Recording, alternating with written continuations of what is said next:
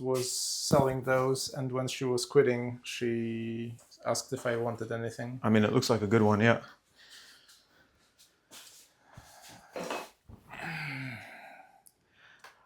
I've just done so many speeches and things over the last year, and now I look back and I'm like, I wish I just documented more of it. Sorry, can you say that again? I've done so much over the last year, so many speeches, so many conversations, and I just wish I had documented more of them. Not even as like content production, but now to be able to look back and look at the journey and to look at the way I spoke then and the way I speak now and stuff like that. That makes quite a lot of sense. I've actually started recording some conversations in, I think, 2021. So it's been a while. And for me, the impetus was more about that I was having some really good conversations with people. And I often had this thought that, oh, I wish I could go back and revisit some of the elements, some of the topics. And at some point I decided that actually some of those conversations were interesting enough that if they were recorded and published as a podcast, I would actually be down to listen to them. And even going a step back, I used to be a very, I would say, kind of introverted sort of person, but it's very difficult for me to narrow down. I won't get into it right now unless you're interested. But I noticed that I felt very extroverted in one-on-one conversations. And then when COVID struck and we had lockdowns and all of that, a lot of the opportunities to meet with people in person just diminished. So I realized that I'm not originally from Poznań. I realized that if I want to talk to people, I would probably have to do it online, at least for the first few weeks. And if I do that, I could actually talk to everyone who I know, like who are scattered across Poland, and not only that. Yeah. And I started having weekly conversations with a bunch of my friends, some people who I haven't connected with for a long time. And it's had the added benefit of really deepening those relationships, but also those conversations were really fucking cool in some cases. And after a year of that, I said, let's record that. I haven't published it for a long time. Like a lot of time passed before I decided to publish at least some of them, but that's how I got here. How much of what you record do you actually publish right now? Maybe 50%. Something like that. I think I'll take it from your... Yeah, maybe like half of what I record. A lot of stuff. By the way, if you'll need anything to take notes. Oh, nice. Okay, that's great. I'm prepared for you. Okay. I'll get some questions ready for you in a minute. I think I record about half. I publish about half of what I record, and I think a part of that is I watch it afterwards, and I think there's a problem with the way I've recorded it. The video is clipped like you only see half my body, or I've messed up the settings or something on an online meeting, and so my resolution of my camera is extremely blurry, or the video file like is corrupted as it saves or something like that. So a lot of stuff which I want to record, I fail to, and it's actually just produce it. Pressing record is surprisingly challenging for me. But then I also go to a lot of meetings or I've had a lot of meetings which are not the kind where you do record. So I used to go to a lot of men's circles, a lot of deeper sharing spaces where privacy, respect for anonymity, confidentiality, all those things are important, and you don't record that. But at the heart of those circles, they were storytelling circles. It was about sharing, about connecting. Mm-hmm. And I've spent years doing that. And that's before I got to Toastmasters, and a bit of overlap as well. Uh, there are a few things that we could go from here right now. One is that is like a clear pull for me is the story crafting and storytelling, and how it all ties up for you, and how it's why it's interesting, and there's like an entire constellation of topics there. Sure. And another thing is that you just said that pressing record was the difficult part, and it touches upon something I usually am very deeply interested in, which is why. What's difficult? Like, why is such a seemingly banal action generating a resistance within you to do it?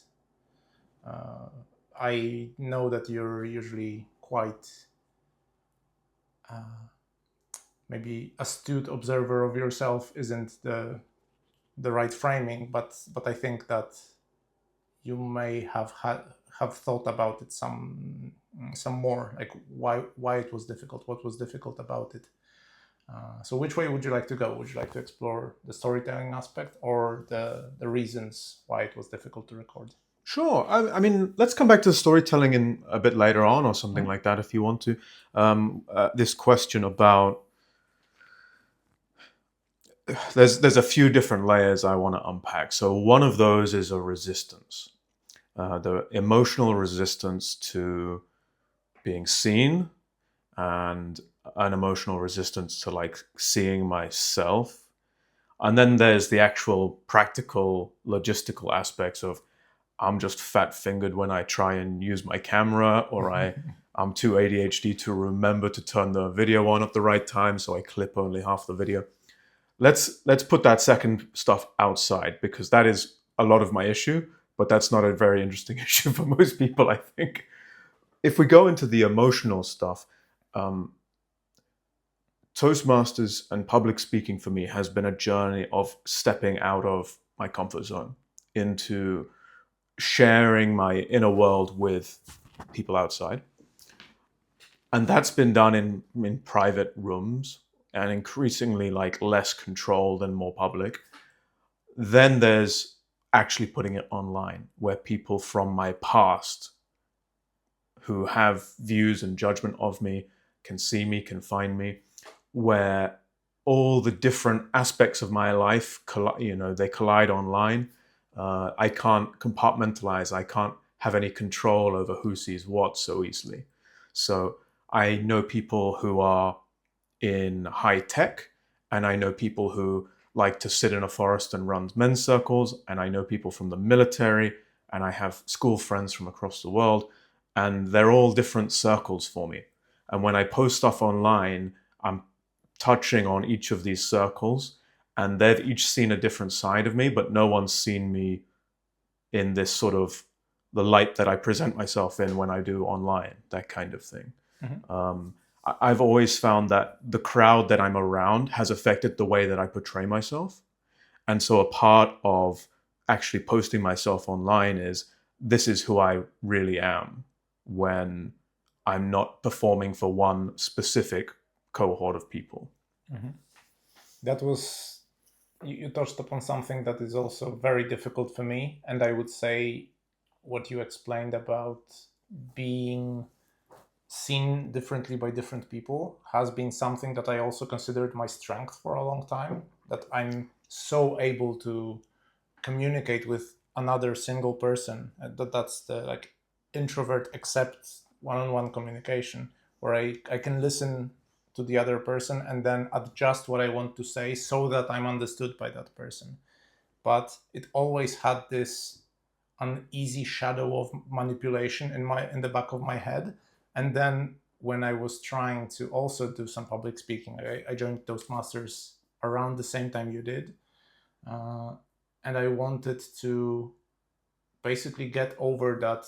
Maybe fear isn't the right word, but basically to get more comfortable with slowly showing something about me online.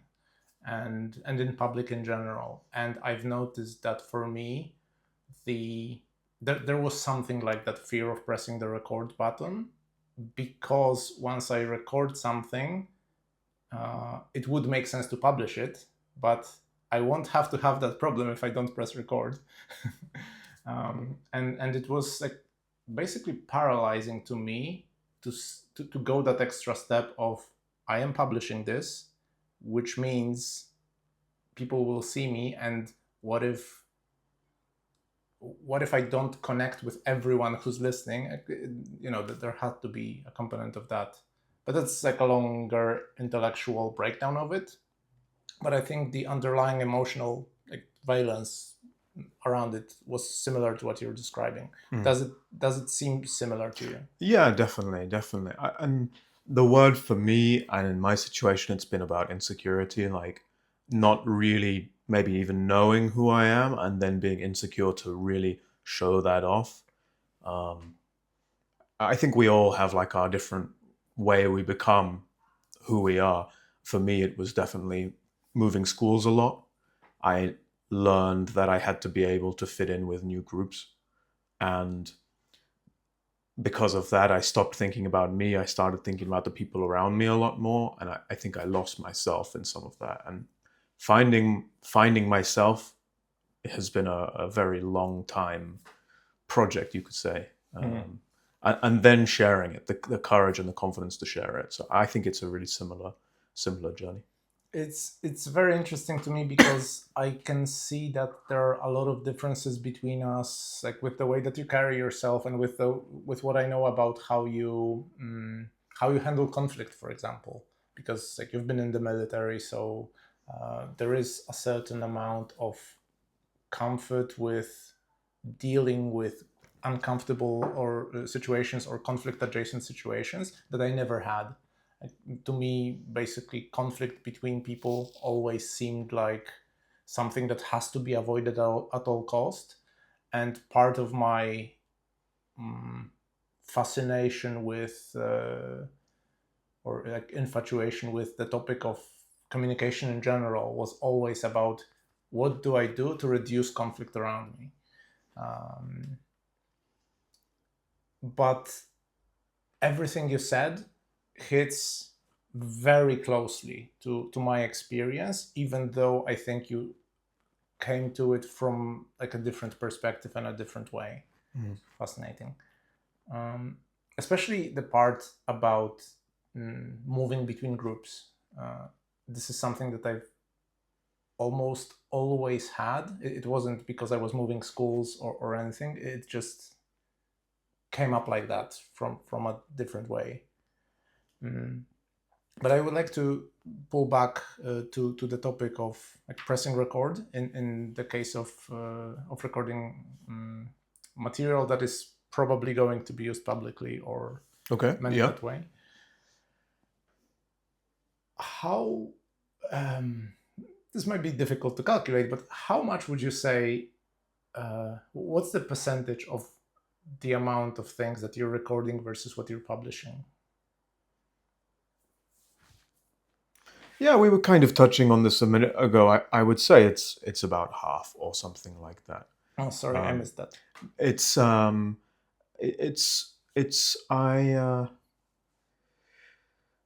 The biggest reason for me these days that I don't publish anything is because the video just looks bad. It's just like the camera is just not even facing me, or the angle is like you only see my chin, or the lighting shows like I look like I'm a Sith Lord or something like that, burnt on one side. And so that's the biggest reason. But that's been a journey to get to there. So let me rewind a few months, and I was starting to speak more. I realized I had some talent for speaking, but I knew if I wanted to really get to the highest level, I would have to start studying myself. So that meant I needed to have evidence. I needed to have data. I needed data for some real analysis. I started bringing a camera along and pressing record as much as I could. And then after a while, I think there's Gary V or Gary Vaynerchuk online, and he talks about documenting the process and just sharing it. And part of my thinking was, while I'm recording all of this content for me to just analyze myself, I started to say, could I just press share on YouTube, with this video as is? And those are some of my first videos. Like, just close my eyes, press share, try not to look, but every few days check, and like, who viewed? Did anyone like? Who's laughing at me online? And sort of remembering some of, I guess, like some of the first couple of comments I got. Not that I've ever had so many. And just wondering what impact that would have on people, and what people would think about me. Yeah. And it's there's increasingly there's less and less resistance, I should say. But at this point, I'm no longer thinking about the resistance to share, and I have a new resistance, which is I want it to be a certain level of quality, because I want to build a bit of a brand. And if I just throw stuff online, then that's my brand of like, it's just, he just pressed record, but it's not good. So so the next level is cultivating a bit more quality, a bit more of an appearance, a bit more production quality, that kind of thing. Actually writing a bio which is useful for someone, so they don't have to watch a 20-minute video to learn what I'm talking about. And that stuff for me is work. I don't want to do that. That's fascinating to me, because you lay it out as first step is publish anything, then increase the quality and fiddle with those details, which for me is the first step is actually really hard. And I would say that I've published maybe at this point maybe half of what I recorded, which is surprising as I'm thinking about it, because in my head I still have this other podcast in Polish that I've recorded 20-something episodes for and only published 5. So my reference point was always like, yeah, we're like 10-20% and not more. But I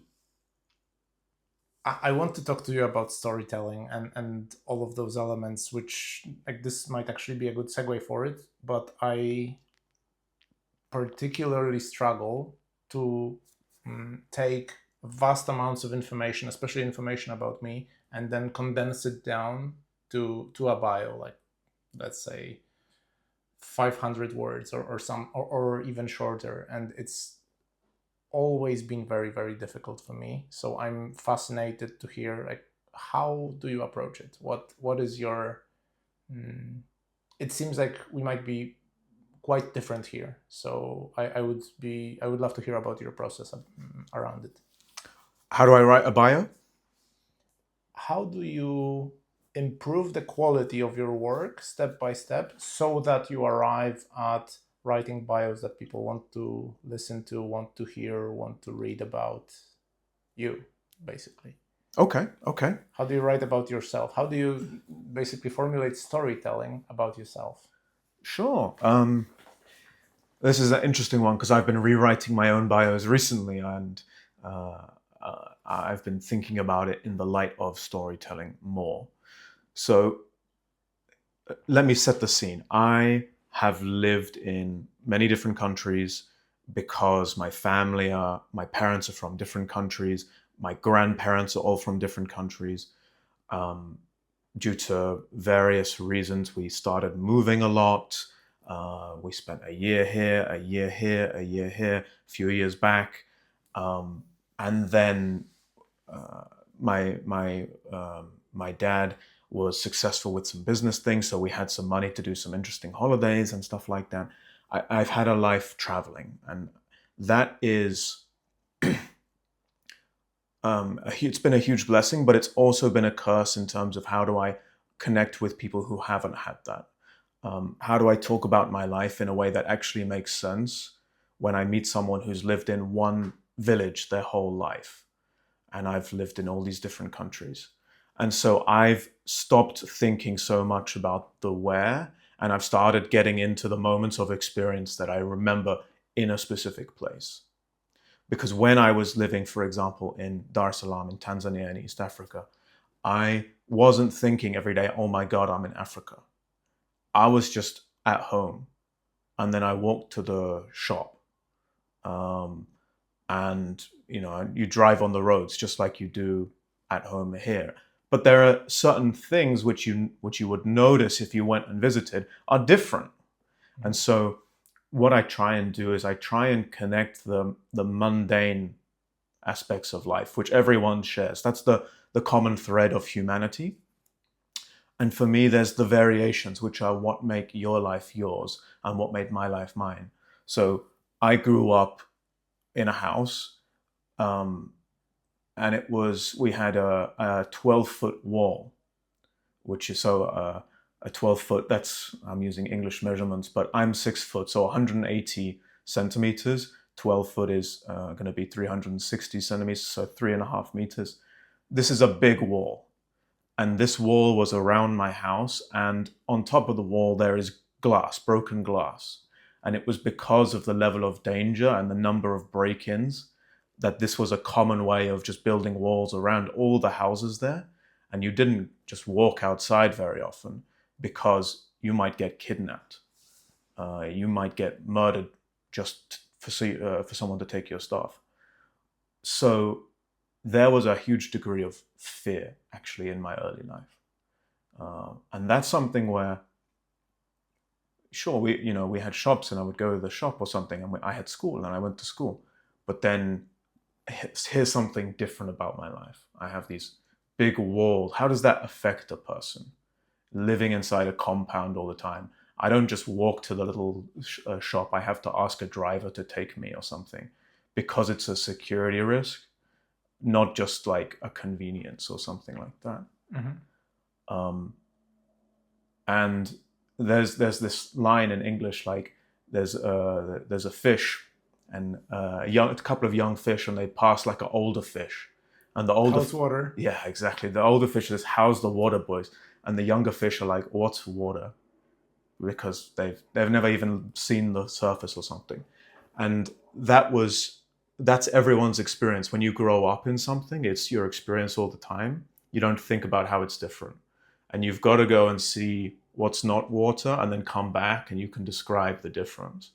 So a lot of what I'm trying to do with my stories is I'm trying to create first connection, which is there is a common thread of humanity.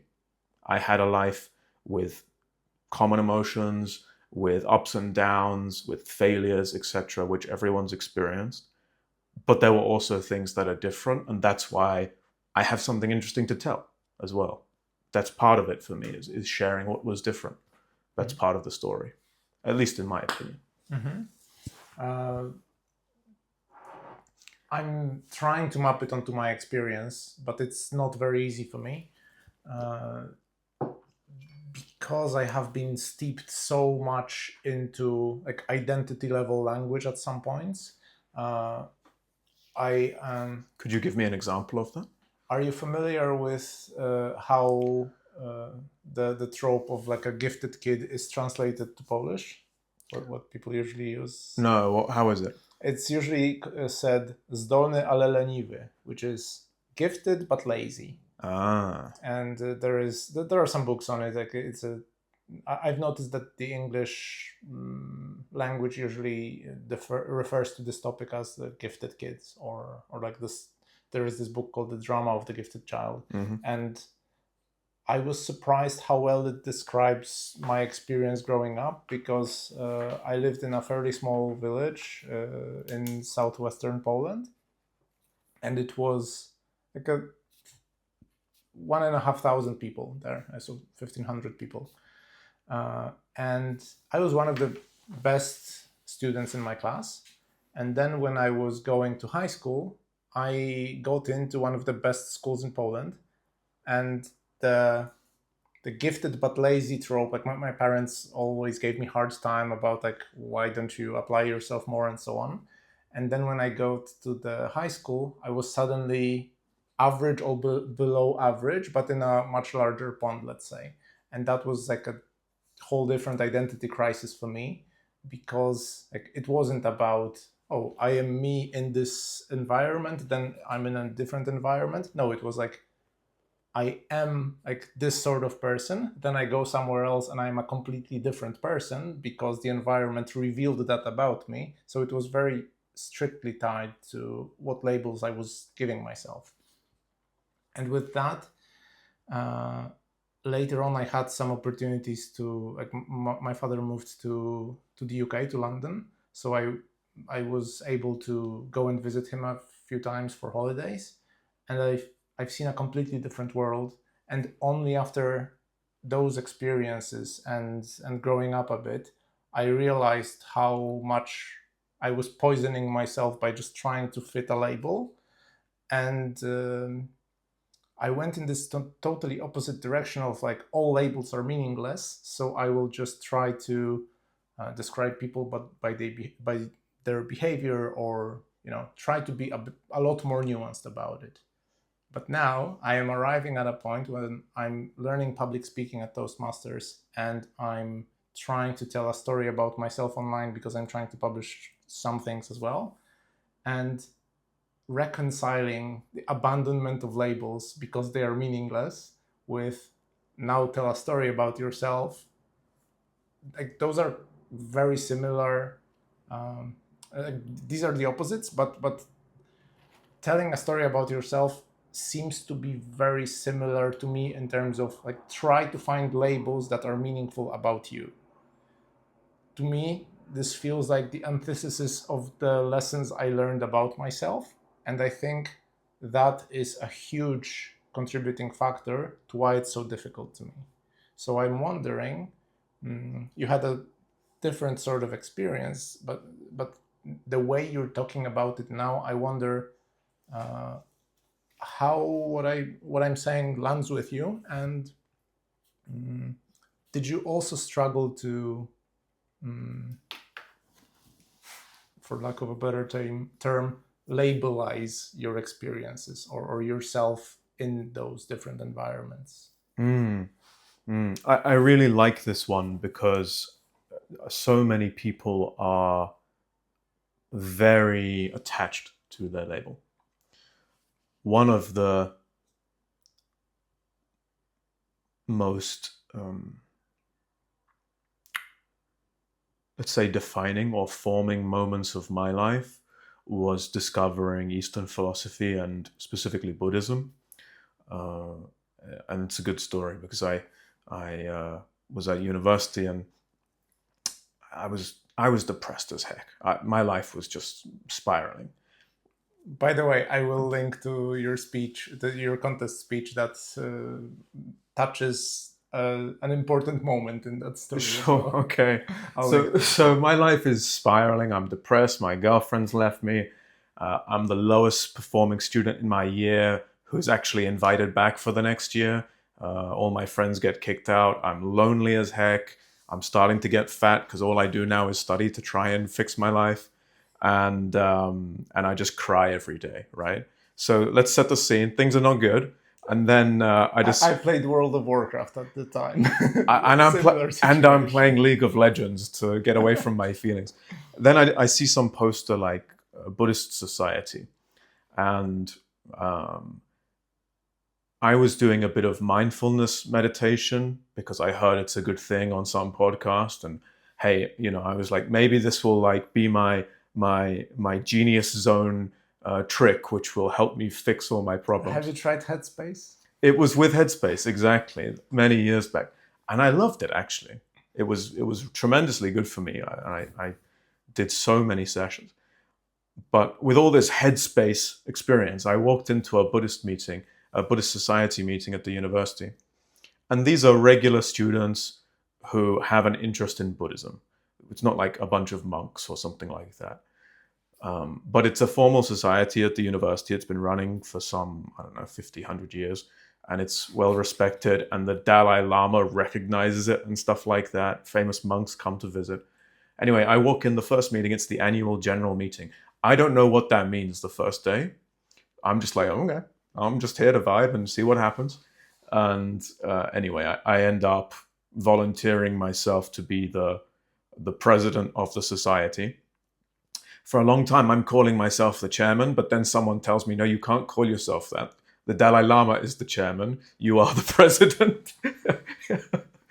So, yeah, I announced myself as that at a 200-person event, and then someone talks to me afterwards. That was embarrassing as heck. But through the year of being president of that society, I had so many experiences to learn more about Buddhism, to hear some fantastic lectures. And I also, because I had signed myself up to basically represent the society, I also had a cognitive dissonance with how little I knew about Buddhism. So I tried to research a bit more.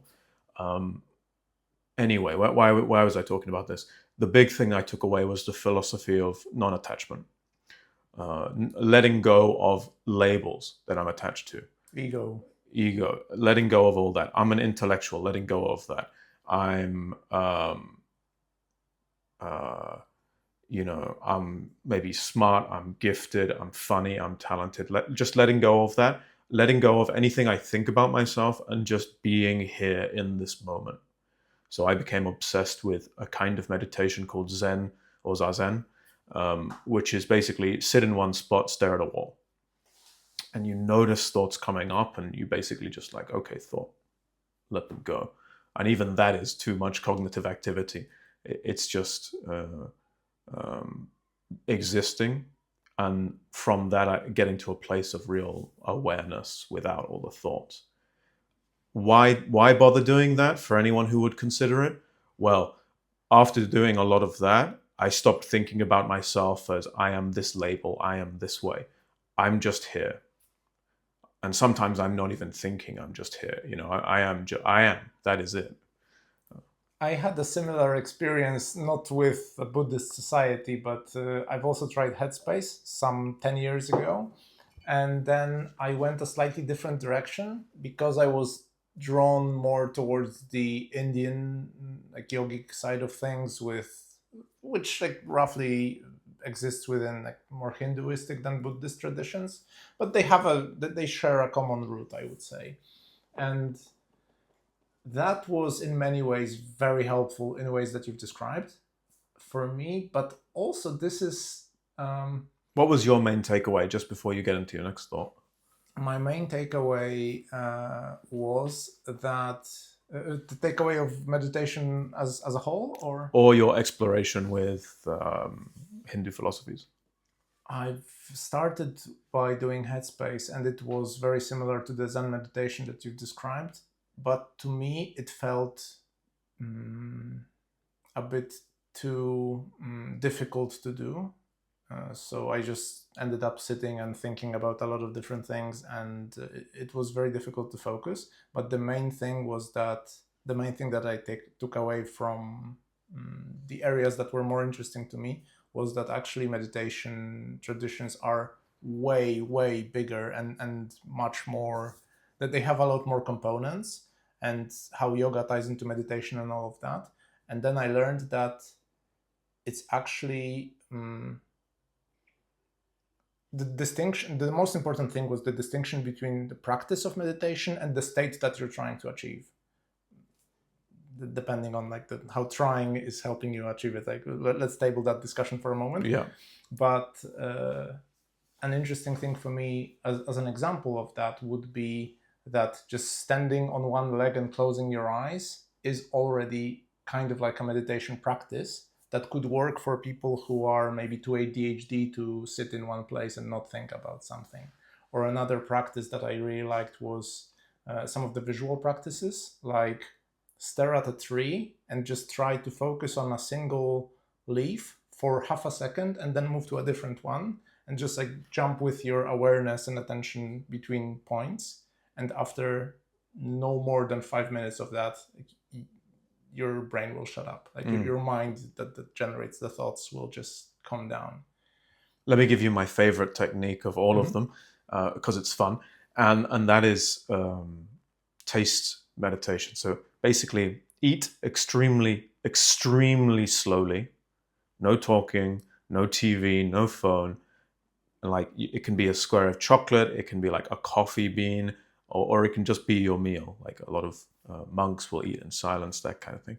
And try to you can just experience the taste and the smell, even the sight of your food, maybe even the way the chocolate's like slightly melting in your hands, and the level of intensity of experience you can get into. It's wild because I'm not tuned in at that level most of the time. Yeah. But it's like a microscope where you're zooming in and zooming in and zooming in, and then afterwards you come back to the real world and you're like, wow, colors everywhere. Yeah, I remember Sam Harris comparing, basically saying the parallels between taking psychedelics and meditation, and that there are some basically esoteric types of meditation that could have a similar effect on the mind. And this, what you're describing, is fairly close to that level of intensity of experience. But yeah, it's something that you actually have to devote your full attention to experience. And I've had that experience a few times, and it's been I would say it reformatted my view of like what we're actually doing here in life. And it's been like, because a lot of my life has been devoted to technology, to computers, and I'm a programmer by trade, and most of my hobbies were online. Meditation and exploring those topics actually pulled me back to realize that this is a completely different thing to have other people's experiences on a screen, and then comparing those to the experiences that you can have even like eating slowly or things like that. It's not always easy for me to deploy that level of attention in my daily life, but just being aware of the possibility of being able to do that already pulled me out of that strong identity of the intellectual, of the person living in their head. Like, my body serves me to to move my brain to meetings or something like that. I'm already this is funny to me now that I used to think that way, but main part of it is because of slowly and surely experiencing things that that basically clearly show how false that idea was. So two things came up for me and that relevant to what you're just saying. So one of them is about the focusing, the attention, and the amount of attention you can dedicate to something. And here's what I would never suggest: don't spend your whole life in meditative focus. You could. One, it's exhausting, like mentally, to be in extreme focus. But two, it's actually hard to actually get anything done. So here's the thing: my view is it's like a tool from the toolbox. Sometimes you need a certain kind of focus, like very narrow. Sometimes you need a very broad focus, and you need the flexibility to go between things. Now, what makes anything useful? This is what makes a cup useful. There's a Eastern philosophical idea in here. What makes a cup useful? Transjective affordance. I don't even know what that means, dude. Can you English that for me? It was, I think the guy was called Varnacki who came up with the term, but it's basically like a cup is grabbable, and like you can grab it by the handle or something, and the grabbability of the cup, like the quality of being able to grab it, isn't in your hand, and it isn't in the cup itself. It's in the relationship between your hand and the cup.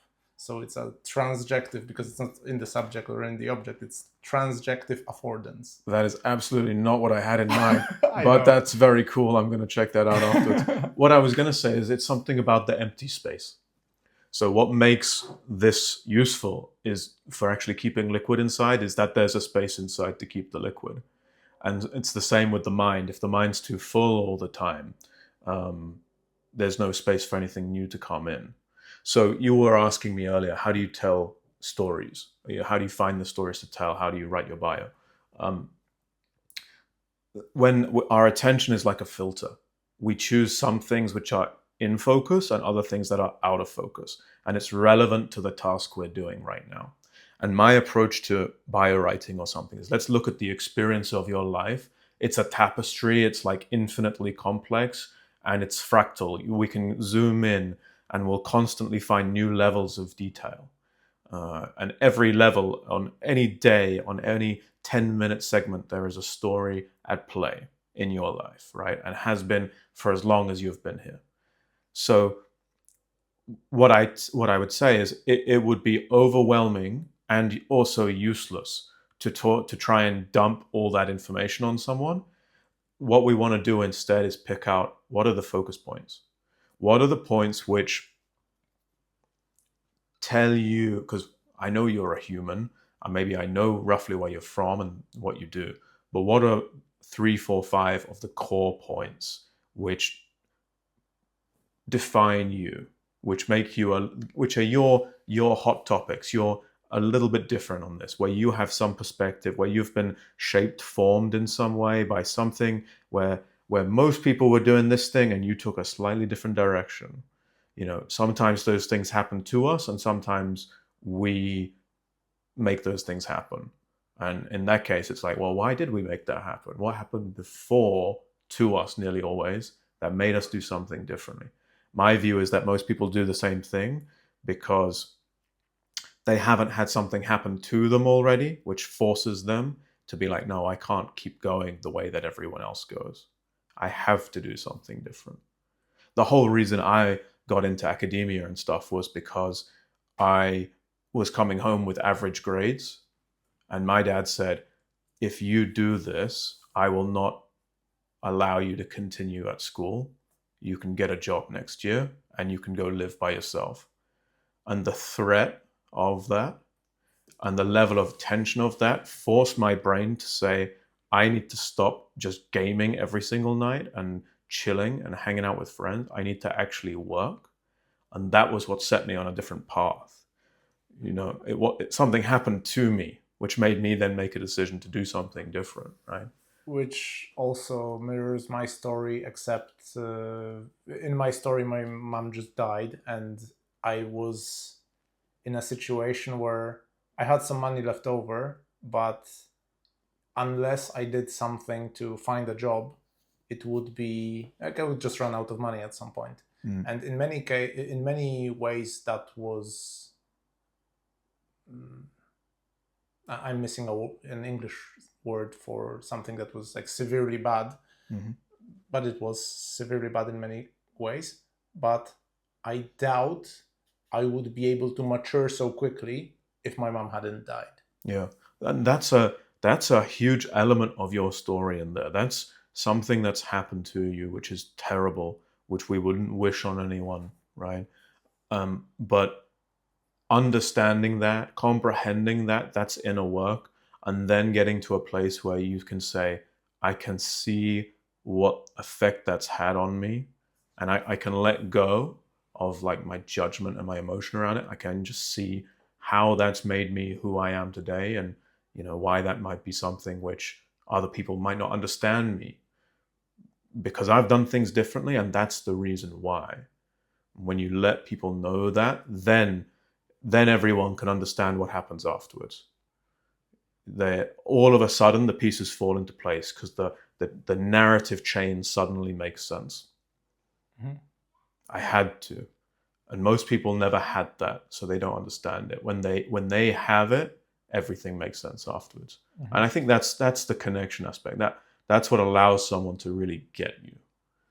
Reminds me of the can't connect dots looking forwards, only makes sense to connect them looking backwards speech by Steve Jobs. I think it was his commencement speech somewhere. Which also reminds me that a useful lens, I think, for formulating those stories and trying to connect them is to define who you are telling the story to. So like a target audience or something like that. I don't know if you're like a proponent of doing that or of defining it like that. I see you nodding your head, so I'm guessing yes. Yeah, absolutely. For me, the story exists in context. And the problem for me was previously, and I think meditation, exploring meditation, even made it worse. Because when I said I won't be using any labels are bullshit and they are not for me. When I later found meditation that said, oh, like, let go of ego and all of that, I was like, yeah, exactly. Like, no using labels at all, ever, anywhere. And coming up with the target audience always seemed to me like trying to define those labels for an imaginary person that you're trying to talk to. So I felt my emotional resistance to that entire concept. But now that I've actually started learning more about Toastmasters, public speaking, publishing things, I'm starting to see the utility, and a lot of the emotional resistance is slowly just relaxing within me. But it's a process. Sure. I'm having the exact same experience, and it's ongoing right now as I try to define who am I here for, who do I want to work with, this kind of thing.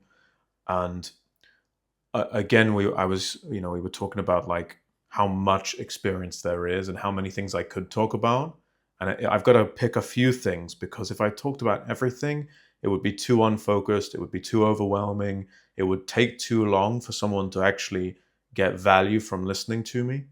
You know, if I'm talking about this thing this day, this thing this day, this thing this day, you know, they're all different problems. But someone who's listening to anything, they have one specific problem set in their life, and they're looking for an answer to just that right now. They don't want, you know, the problem solved for this and this and this, and the, you know, the cooking tips and the gym tips and the, you know, you have to understand my entire biography before you get the things that you're here for. Exactly. And that's sort of self-indulgent storytelling, which it doesn't help the end listener who's actually in a time crunch, who's actually busy, saturated, mindful. And I find it very hard doing this, but increasingly it's about defining, okay, in this space, like here on LinkedIn, these are my topics that I talk about, so that if anyone finds me on LinkedIn, they're going to know if they have this problem, I can help them here. On a different channel, maybe I can talk about something else. There's so many things I want to talk about, but it's like a discipline to say, no, I will try and specialize in just these things, so I can actually be useful as a tool. You know, I can be a useful hammer rather than a Swiss Army knife, which is completely unsuited for building work, that kind of thing. Reminds me of an image saying you can do anything but you can't do everything, with like bowls of empty bowls, and then like one bowl full of water, and then it's like in one of the images it's basically the you can't do everything is like there's just a little bit of water spread across the other jugs, and with the you can do anything, it's like only one gets filled. But this is something I stumbled into as well. It wasn't as well consciously developed as you just said. Oh, carry on. I like to pause and restart it in case there's any issue. Okay, maybe I'll do that too. Jesus. Forgotten how to walk. Yeah. That's a good conversation right there. By the way, as I was just saying, I stumbled into defining different channels, and for me it was like not specifically about LinkedIn versus YouTube versus Instagram. It was more like my Instagram account is an account that I set up to talk to a lot of my friends, and basically there was no filter on it. So it has a lot of people who follow me and a lot of people who I follow, who don't necessarily have anything to do with, for example, coaching or the podcasts that I do. And a lot of my emotional energy around the resistance to publishing things was about me not wanting to inconvenience the people who have been listening to me before I wanted to publish something. And not really listen to me, but you know, those like following features on Instagram. And one thing I decided to do was I want an account where I will just post everything about the public speaking part or coaching or podcasts, so that I can feel like this is the account for it. I will invite people, hey, if you're interested in this sort of thing, here's the account, go follow it. But in that way, I will be sure that the people who are there actually want to be there. That's how I stumbled into it. But I know that you're doing something much more sophisticated, and I would like you to talk about maybe like a one specific channel that you're using. That's like, what were the decisions you made around it to make sure that you don't post about everything there, that you just focus on the one thing. I'm not sure I have a good answer for this just yet. So I trained as a scientist, and I believe in experimenting, right? I believe no one really knows the best way to do all this marketing stuff, to build an audience, even to work out what I'm talking about every day. A huge amount of what I'm doing is I share what I find interesting, but I don't want to just shout about things that I find interesting if no one else finds them interesting. So a lot of what I've been doing is learning to talk in a more interesting way, but then also trying to listen to other people and say, like, what do other people actually value from this? Is this an interesting conversation for the people around me?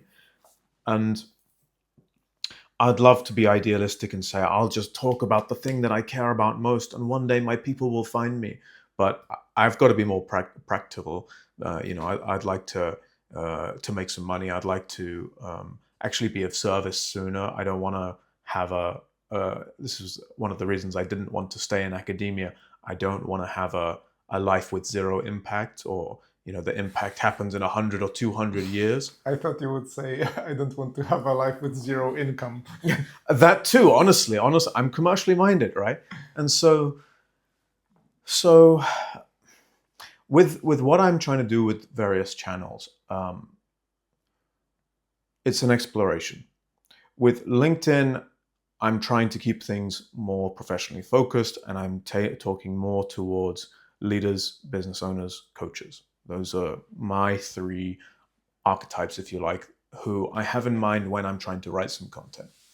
I talk to those people because coaches, because I resonate closely as having been a coach for a long time. Leaders, because I have this military experience and I have quite a lot of takes and opinions on leadership. It's been a huge area for me for so long. But also leaders and business owners, because I believe these are high impact people. High impact people have higher resources, higher budgets. They also have disproportionately higher impact on the teams around them. So if I change the mind of one leader, I indirectly impact everyone underneath them. Leaders are often on a leadership track, which means they are moving up a sort of pyramid level structure where they have huger impacts. Each time they move up a level, there's an order of magnitude shift with the number of people underneath that are impacted. So I could talk about storytelling for families, or storytelling for individuals or professionals who are trying to get a job or something like that. The part of the reason I talk to leaders and business owners is because, one, they're interesting. Two, they have resources. Three, I think they have more impact. They are also the kind of person I want to affiliate with more. If I'm being totally honest, I want to affiliate myself with leaders and business owners. That's the kind of person I want in my circle. And so when I'm talking to people online, because I don't think I'm just posting, I'm having a conversation, even if no one's engaging so much.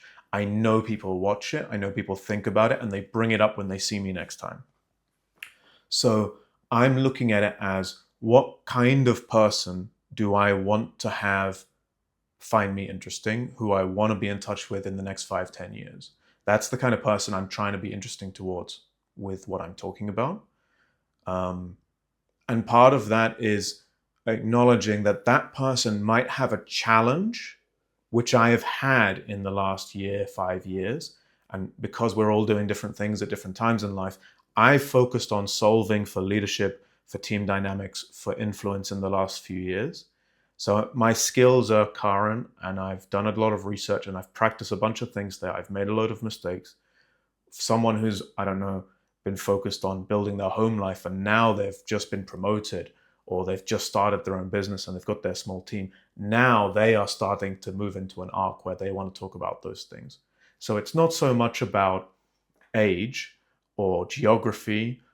It's more about what different people are doing in their life right now, where they see themselves going for the next few years, and then trying to talk about things which would be interesting enough to those kind of people from my experience, I guess. So that's what I'm trying to do with LinkedIn. And I think, to me, that makes sense. That's the best idea I've got. Mm-hmm. Whether it works, we'll find out. I'll be broke in 5 years' time. That's the point of experimenting. Exactly. Right? I've got to keep trying. And if it's not working, I got to change. But this week, something has worked. Yeah, something worked this week. Yeah. Would you like to talk about it? Yeah, sure. So I sold a copy of a book. First time I've ever written a book. And I was not ready for a sale. I set up a Stripe page. I put the book cover on there and a description. I have got the book written. It's a digital download thing, not a hard copy at this point. But I hadn't actually connected. When someone pays me the money, to, oh, you actually received the book. Like, you have to do some automation in there. And I hadn't done that. So someone paid me the money and they just didn't get the book.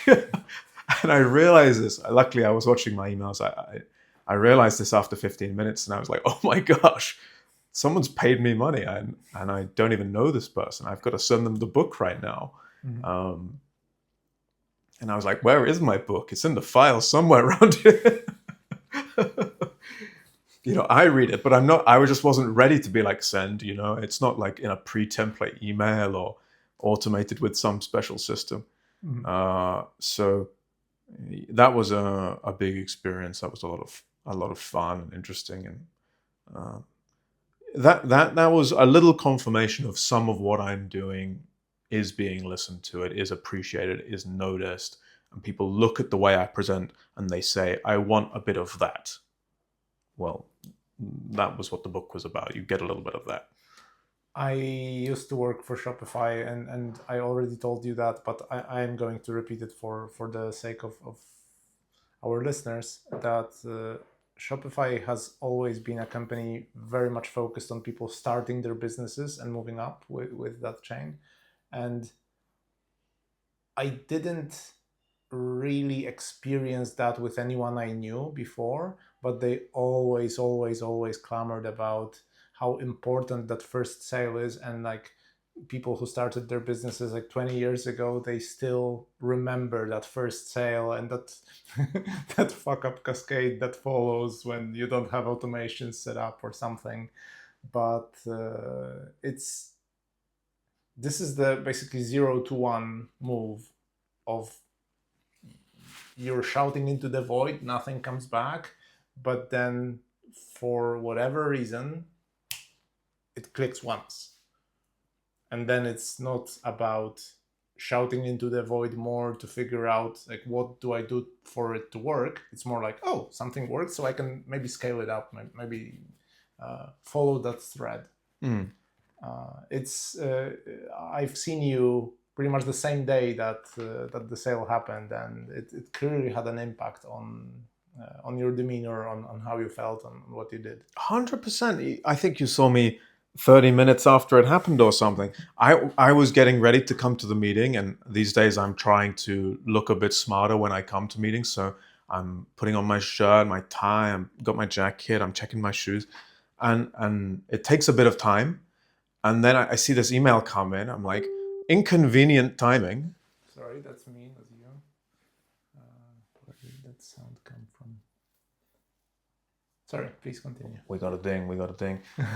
First subscriber.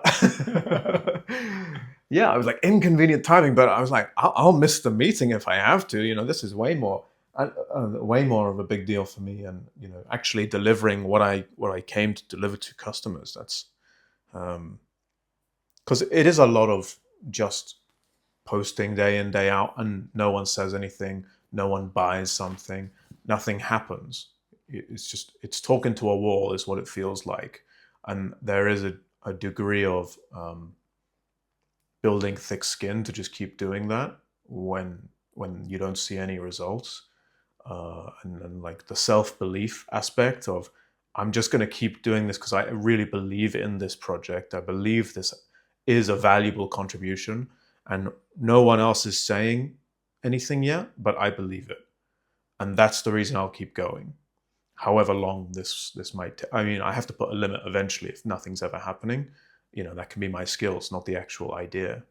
But You will die one day, so there is a hard limit on that anyway. yeah, when I coach entrepreneurs, I say, do your experiments for a limited period of time. And then when I'm doing an experiment for a limited period of time myself, I'm like, shh, I don't want to acknowledge my limits. Yeah. Wait, be practical after 6 months. But yeah, it was inspiring. It was exciting. It motivated me to fix things, which I've kind of been ignoring for a little while on my website. And it got me thinking, people actually look at this. I'm not just talking to myself anymore. The dialogue is beginning. I wonder what she's going to say when she gets back to me about like her experience with the book. I wonder if this is something that's really relevant for her right now, and she would like the next thing in the sequence. Have I got that ready? Is it actually, should I connect that up online yet? I'm thinking about all these things, but there's also, as an entrepreneur, things can change just every single day because I just decide to do it differently if no one's acknowledging the offer I've put out or something like that. So yeah, that was my big win of the week. And would you be open to saying which channel worked for you? So good old-fashioned telling people about my stuff everywhere I go. And so this week I've done a lot of Toastmasters meetings. I've been at between 12 and 15 hours of meetings this week for Toastmasters in the middle of the night, and did 4 meetings on Wednesday or something. And yeah, someone from one of those meetings started clicking around on my links on my website, and they found the book and just pressed buy. So it was a huge surprise. Yeah. But as well with my LinkedIn, I'm talking to people who know me as well. I haven't built an extensive following of people who have never met me yet.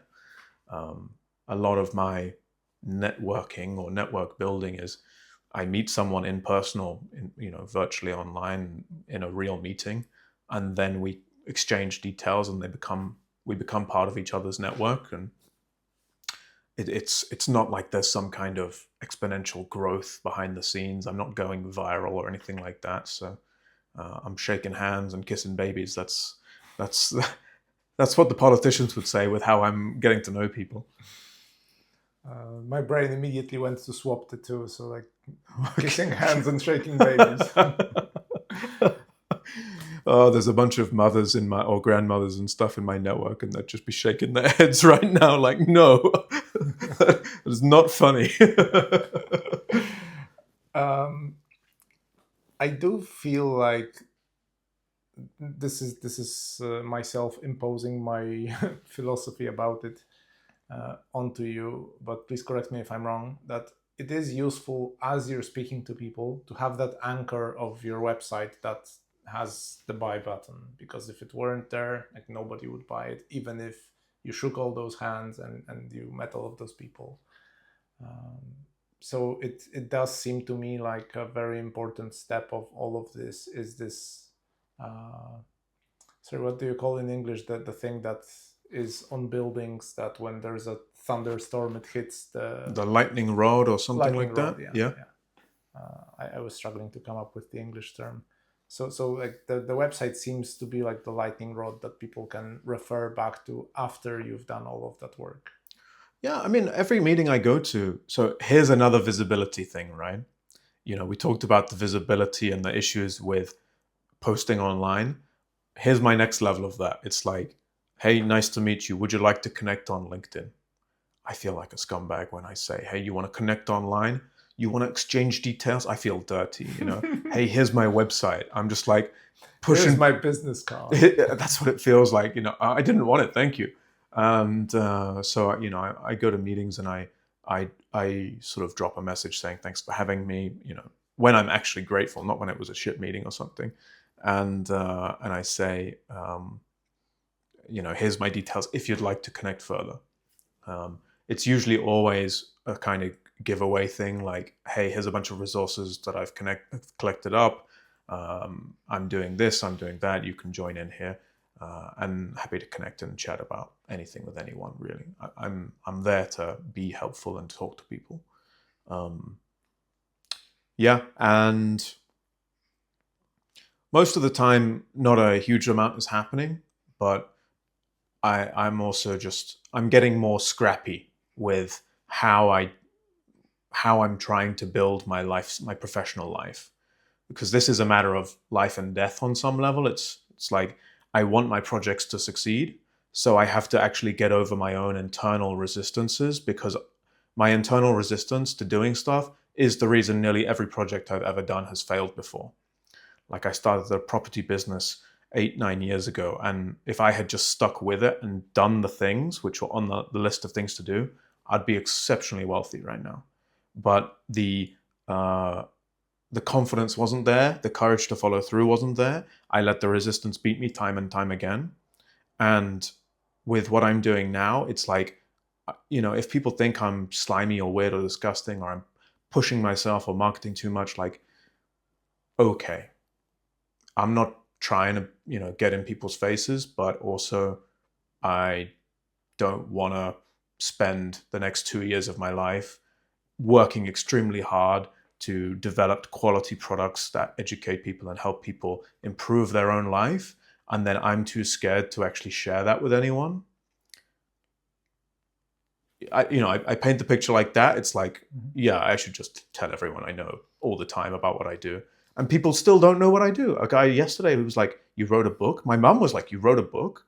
And I was like, yeah, I did that last month. I was doing it while we were at coffee together and stuff like that. People have no idea what I'm doing most of the time. So actually getting used to just telling people again and again. And I actually think most people don't mind.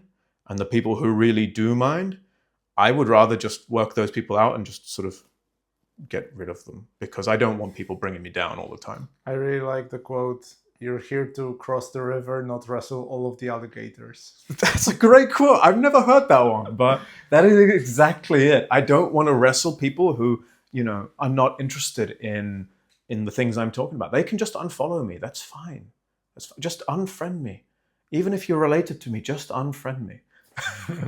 I heard it from one of the conversations by Tim Ferriss. I forget which conversation that was, but I really like that. And also, I was, again, wrapped in identity with whether people know me or accept me or not. And that that layer of somebody not liking that I'm posting something has been... This is going to bother you. No. It has been something that was basically raising to the rank of humanity rejecting me, basically. So you can hear how totally out of proportion it is. But I felt this very strong sense that a single rejection is that everyone is rejecting me. And that made it very, very difficult to navigate this topic. And whenever I tried to do anything that could be rejected, I had a massive spike in an emotional reaction that was almost insurmountable, basically. And there is a funny story about how I published my first podcast in Polish, and that was because I agreed that someone else would edit it and publish it. So that completely sidestepped the issue, but I wanted to revisit that issue, and I've been doing it for the past couple of years. And a massive reframe that I think is in line with what you just said that helped me was that I am not sending people my handiwork and begging them to accept it or anything like that. It's more, I'm sending an invitation, and it's completely okay, and everyone can do it, to just take that invitation and said, it's not for me. Or another reframe was to find the people who get the joke and just ignore those who don't get the joke. Mm-hmm. It's a much lower level of emotional energy that's getting engaged in that case. And this is not like I heard the reframe and suddenly it worked, but those two have been the biggest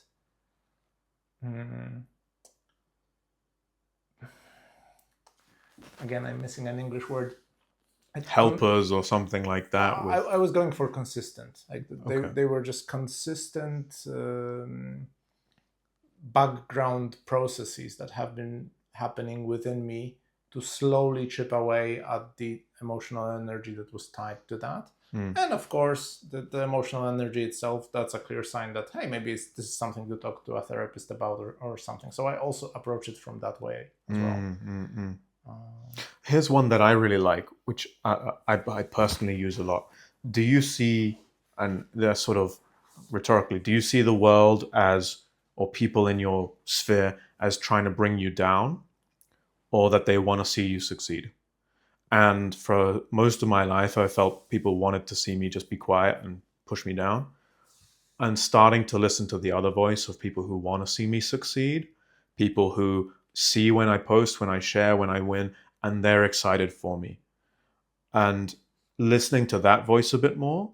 But then also, there's a second piece to this, which is every time that I post online, I'm giving permission to people who haven't given that permission to themselves, but they want to. Because so many people want to start a business, they want to talk about their ideas, they want to have a future that they're more in control of, but because of fear, because of uncertainty, because no one's giving them permission, if you like that, and they haven't found it for themselves yet,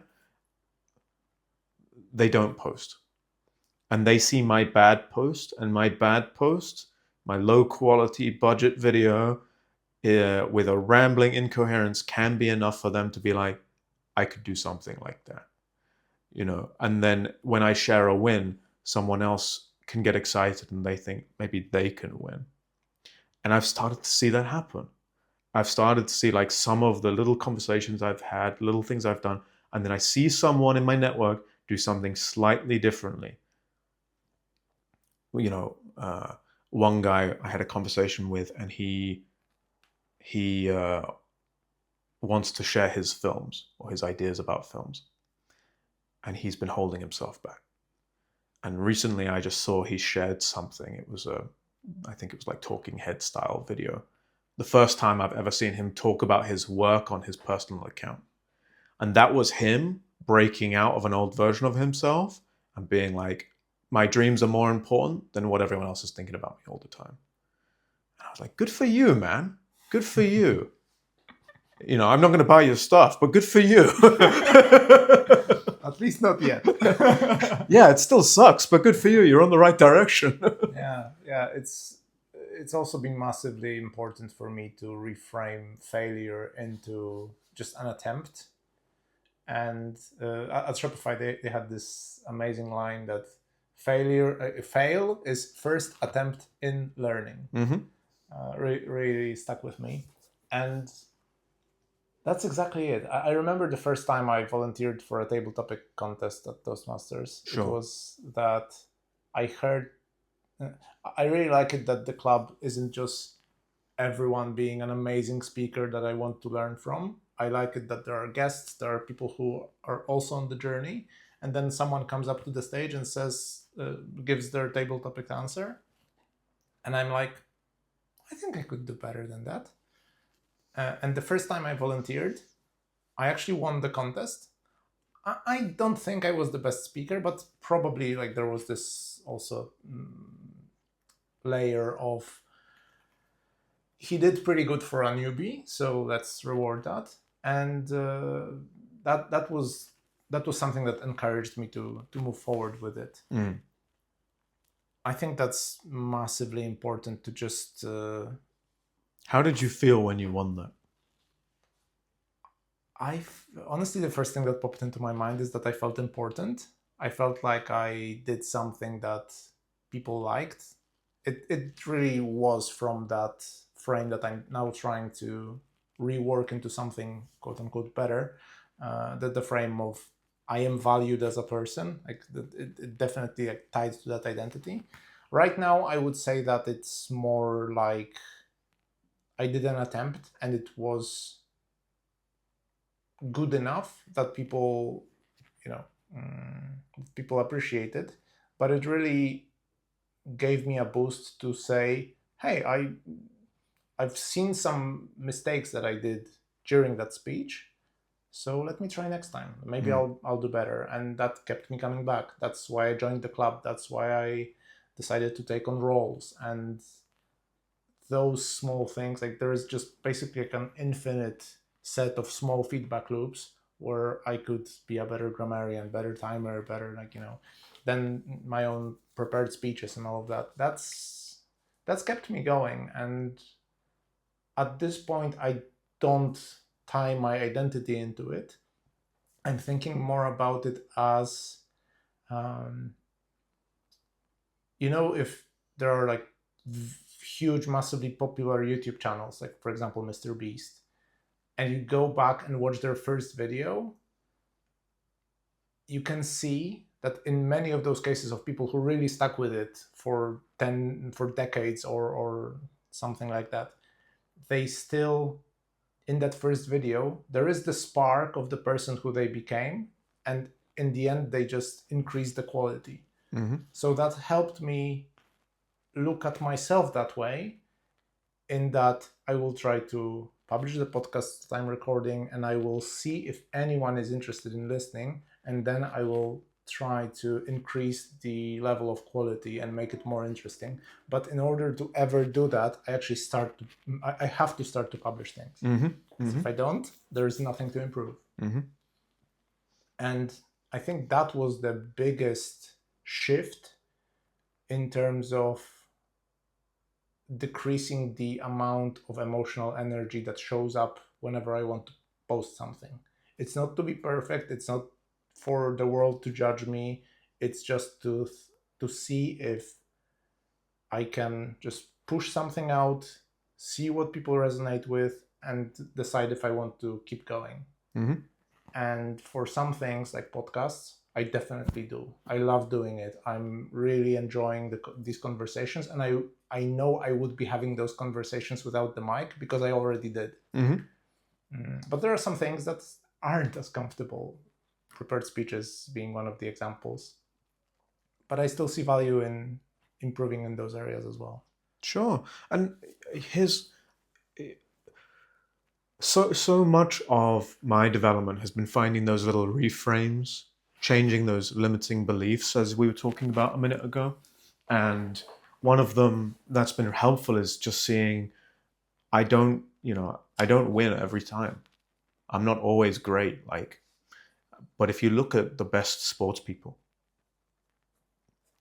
the best footballers don't always score in the goal. They sometimes just boot the ball deep into the audience, into the spectators or something. Or you watch a baseballer and they miss, they whiff it. In every activity, there are good days, there are bad days. You look at the world's strongest man or something, he trains to have a good day. He cycles and prepares his level of activity and his diet to have one good day at the actual championship moment, and then it might just be months afterwards where he's smashing burgers and chilling out instead. And I think that for people who, let's give ourselves some labels of being previous perfectionists, of being intellectuals, of being philosophical, that's some of the essence of what's underneath all this conversation. And when we have these cluster of labels, associated with that often is people who have extremely high standards, who expect things to be very, very good in their life all the time. And reality is actually, life is not always good all the time. There are bad days. There are terrible days. There are sequences of days that just get worse and worse, and everything gets more complicated, and we get lost and we give up and we re-find ourselves years later. You know, you speak to anyone who's been around, who's been doing anything for 10, 15, 20 years, like it wasn't a linear up, up, up, up, up, up, up, up, up. You know, they just, for, you know, you meet a Toastmaster who just leaves the organization for 5, 6 years and then they come back. But there's a common theme when you look at, like the stock market, you look at it after a huge period of time and you start to ignore all the kinks along the way. But when you're in it, it's acknowledging, oh, this was a good day. This was a bad day. But I'm not going to judge my bad days and my good days. You know, I'm just going to say, like, am I trending the right way? Am I doing the right activities, which will get me where I want to go after some period of time? Yeah, and which reminds me that you said something that I might butcher the quote, but that there are two possible reactions, or two most often happening reactions when you're publishing something, that people either accept it or reject it. But my experience, especially with starting a new podcast, was indifference is the main reaction. Absolutely. Nobody gives a fuck. Yeah. Which also has the great point of, doesn't matter if you screw it up. Mm-hmm. Nobody cares. And even if you end up having the most successful channel on YouTube, like Mr. Beast, people who are watching him now usually don't go back to watch the things he published 10 years ago, because like they have busy lives and he has like so much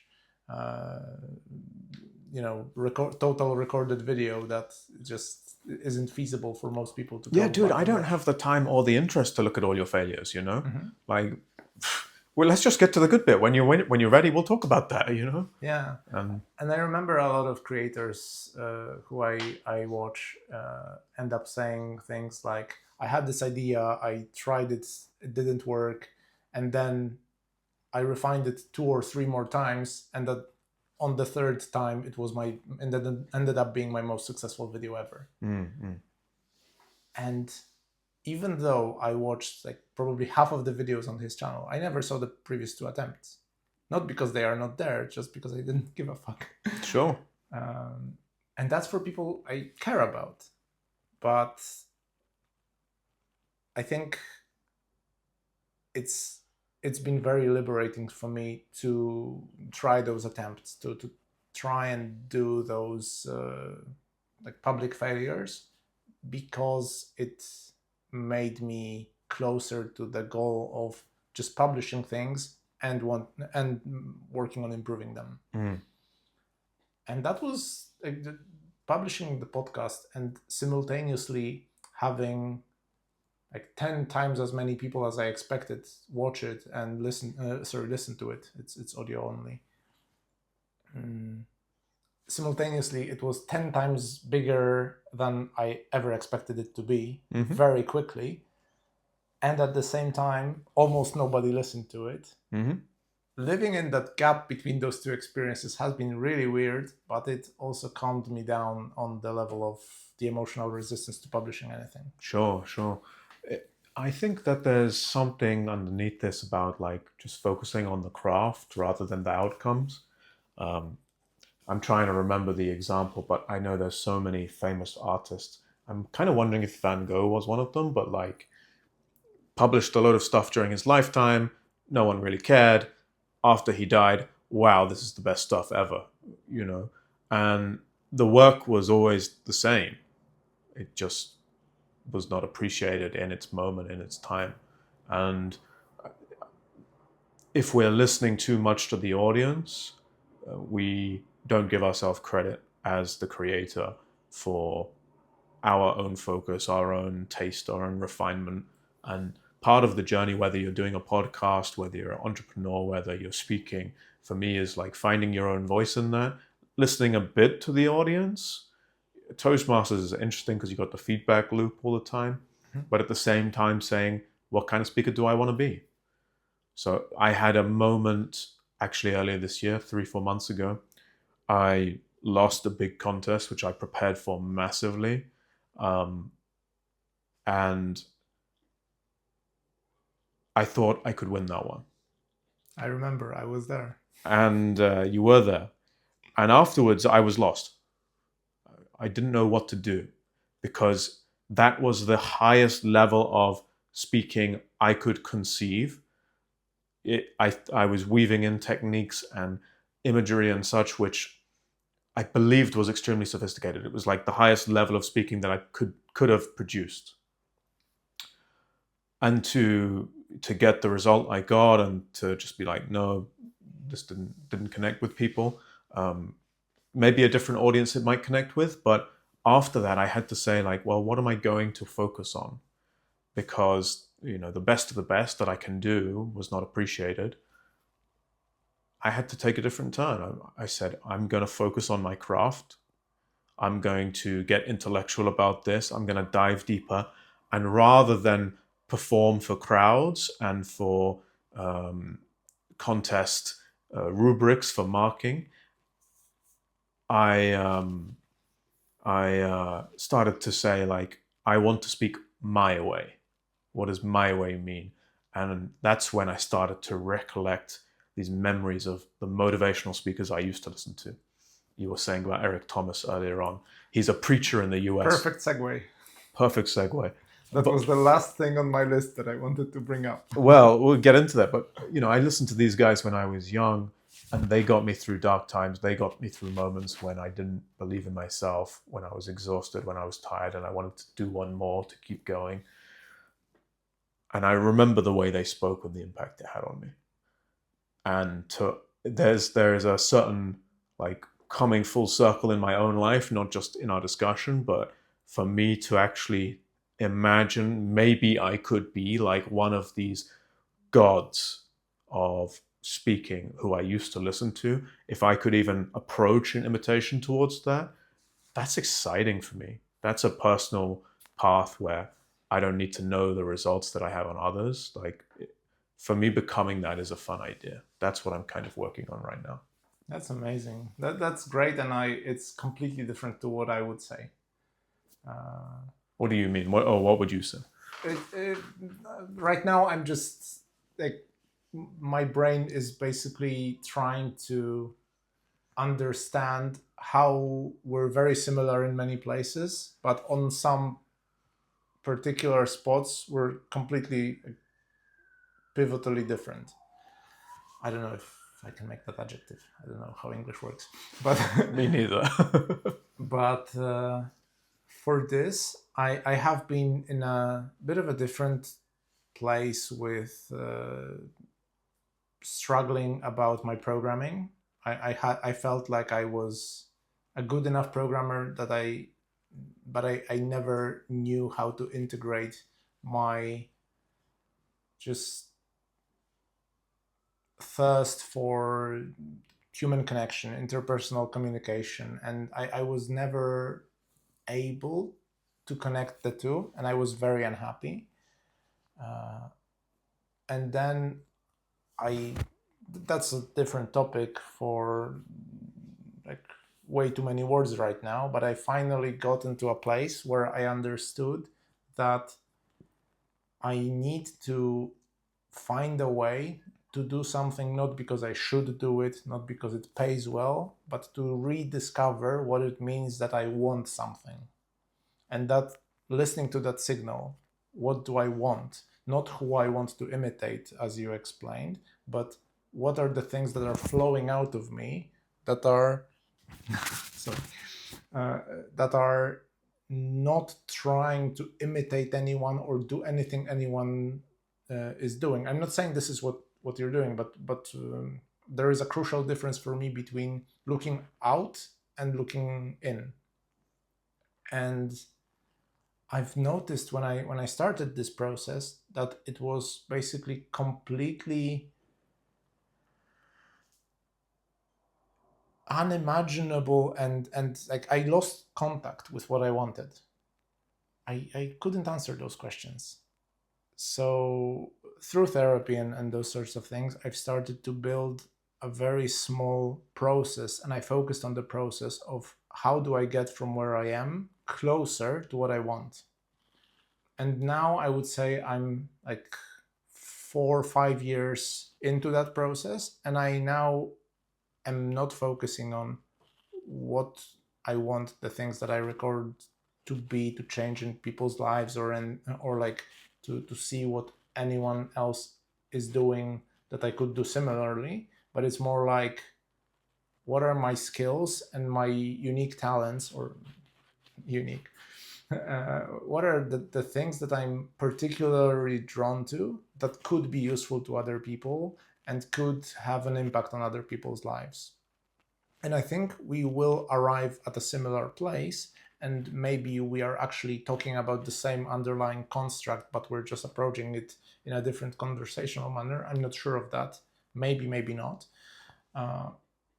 But for me, that's what drives me. And previously, I was so focused on the process of having the process yield the results that I want, that I wasn't really at all interested in the results. And I noticed now that this has been a bit of an avoidance of the uncomfortable. The results are a bit too close to the target audience, to the to all of those, like writing the bio and like labels, and at the core of them. But now I'm understanding that without focusing on the quality of the outcomes that I'm producing, or the outputs that I'm producing, I won't have any impact on anyone. Like I could be the best meditator in my home and enjoy the process tremendously, but unless I channel it into something, it just won't impact anyone.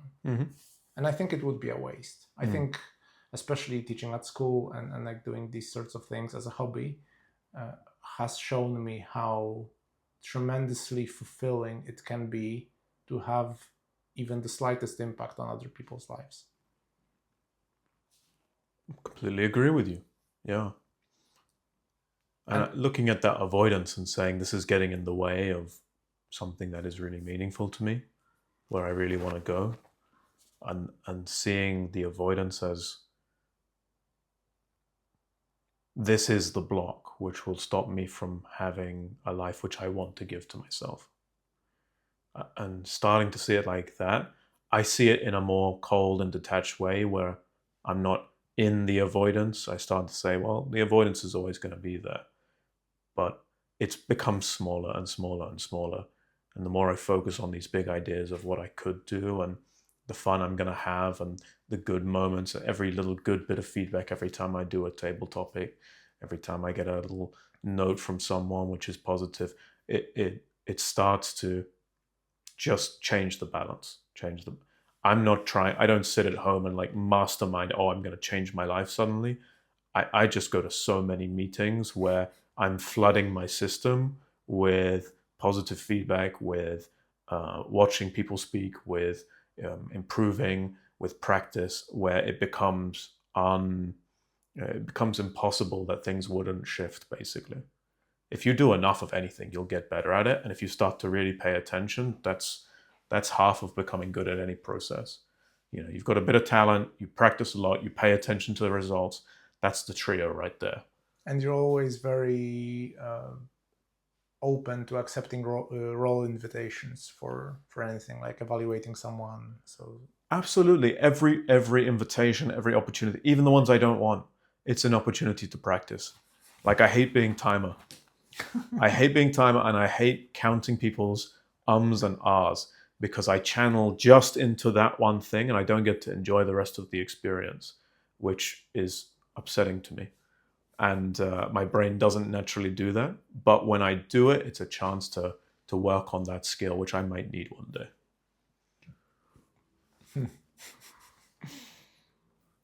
I've noticed that the avoidance that you ping ponged back to me is it felt very similar to the concept that is very popular among circles around meditation and those types of traditions, which is the ego of having no ego. Like, you know, I won't be applying labels to anything because I am above that, but it's still about who I am and where I am in relation to that. Yeah, I've noticed that I've set up so many of those like bullshit explanations to avoid caring about results, caring about the story I tell, caring about these labels. That I want to revisit that, and both Toastmasters and meeting you there and following what you were doing with story crafting and your outputs has been tremendously inspiring to me. And I also shared that part about the part that you mentioned in your story about Eric Thomas. I've listened to him around like 2016, 2017, I think. There is one CD of his that's available on Spotify that I still come back to every now and again. He has a very, I wanted to say interesting, but this is a supremely uninteresting word. He has ways of telling things like, I remember he had this thing about like dirty laundry or something like that, where he explained why he basically fought with his wife to be able to also do the laundry at home. And I strongly resonated with his huge drive for the process of the mundane things in life because of what that meant to him in terms of his identity and what it meant in the relationships that he was building with people, including the ones closest to him. So yeah, I almost never hear him brought up here in Poland. He seems to be like very much American market focused, but it was insanely interesting that you brought it up in the conversation I listened to between you and Stefan. Was that the pronunciation? Yeah. Link in the description. Yeah, like that basically exhausts the list of the topics that I brought. So, is there something that you would like to comment, or you know, I've noticed you also wrote down some things. Yeah, I think these points that I wrote down, they haven't they're not fitting in just right now. They're sort of offshoots going a different direction. For me, this is fun. These kind of long form conversations, and even doing something which is audio only is a bit of a new experience for me, as I have not actually sat down to ever record just audio or something like that. So that's fun and interesting to me. Where do you see yourself going with this going forwards? Is this about an exploration of something for fun for you, or is this fitting in with a different direction you want to take your life going forwards? I would say a bit of both, but the latter is probably the stronger motivation, and the reason is that I feel like this is a maybe I'm projecting, but I think that the direction where the world is going with TikTok and shorter form content isn't necessarily healthy for us. I think that content has its place in like the broad ecosystem of what people are consuming, but being able to focus on a longer conversation that is more about not only the topics that are being discussed, but the relationship between people. And I'm particularly interested in the depth of conversation and the nuance, especially if I'm talking to someone who I disagree with on a lot of things. I feel like one thing that I can bring into the world, not as a unique talent of mine, but as something that not everyone has, is to have the examples of how to have difficult conversations with people and like still not hate each other. And I would just love it if there was more nuance in the world in terms of accepting different points of view. I think I'm quite decent at it. I had heard such feedback from people for a long time, and turns out I really love recording podcasts, recording conversations. But the main reason why I do it audio only is because of the thing that you mentioned with publishing something and then improving quality. Because when I was starting, I was like, I don't know how to do it with video as well, especially if I'm doing it with someone in my room as we're talking today. And I thought, okay, you know what? Just one shit at a time. Let's start with audio. Let's then move on to publishing it. When I do that, let's try to build a website or something. And like all of those things are about small steps to improve the quality. But crucially, those steps are those steps build up on each other. I don't need to go back and revisit a podcast I did 5 years ago. But when I publish the next thing and I learn how to add video to it or something, those are just those small incremental improvements that will build up over time. And I think the more I do it, the more people might start getting interested at some point. And if someone says, "Oh, this is the best thing I ever heard," they will go back. They will have the ability to go back and re-listen to the things that I did previously. And this conversation in particular is the first conversation I'm having in English. And I always wanted to do that. I think my English is good enough to converse like that. What do you mean? I'm just kidding.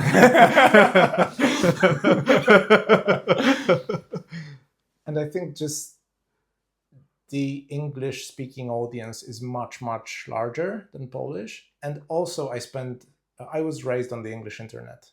I hated the way the Polish internet was structured. And right now, I actually love it. It has this interesting interplay between people who mostly spend their time in the English internet and then are just pulling memes into Polish and mixing languages. And it's intensely funny to me in a way that the English internet, I think, lost touch with for whatever reason. But just being raised in just watching and reading the English-speaking internet, I always aspired to do something that could land in that larger pond. And speaking in Polish exclusively always felt like the wrong move for me. Okay. How did you experience this conversation? Because I guess you internally have probably been experiencing, you mentioned a bit like, oh, I don't have the word that I'm looking for right now, that kind of thing. Was the experience what you expected? Was there anything unusual for you in speaking in English today? No, this is very comfortable for me. I've been working and talking in English for the last 10 plus years, and it's very comfortable.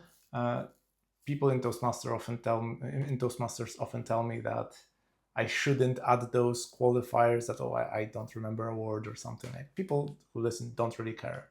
I'm just sharing my internal experience, and it's a very strong impulse that I try not to follow. But sometimes the way my brain works and the observations that I make about what comes out of my mouth, there is a strong feeling of disappointment that my mouth doesn't live up to the standard that's in my head. But I'm increasingly more fine with it, and this conversation has been honestly very comfortable, and I loved that we had it, and I really appreciate you for coming here and talking to me like that. Well, thank you for having me as well. I mean, for me, it's exciting to be able to engage and to talk about things which I really care about, full stop. And I couldn't do that in Polish. Not right now, and maybe not for a while, because my Polish learning is slow going. Let's just blame me, full stop, for that.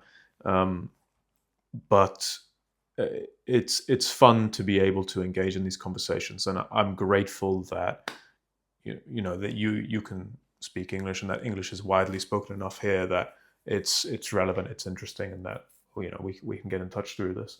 Mhm. Yeah, I'm also thinking about how I connect with people internationally and such. I'd love to meet more people in person and speak more in person.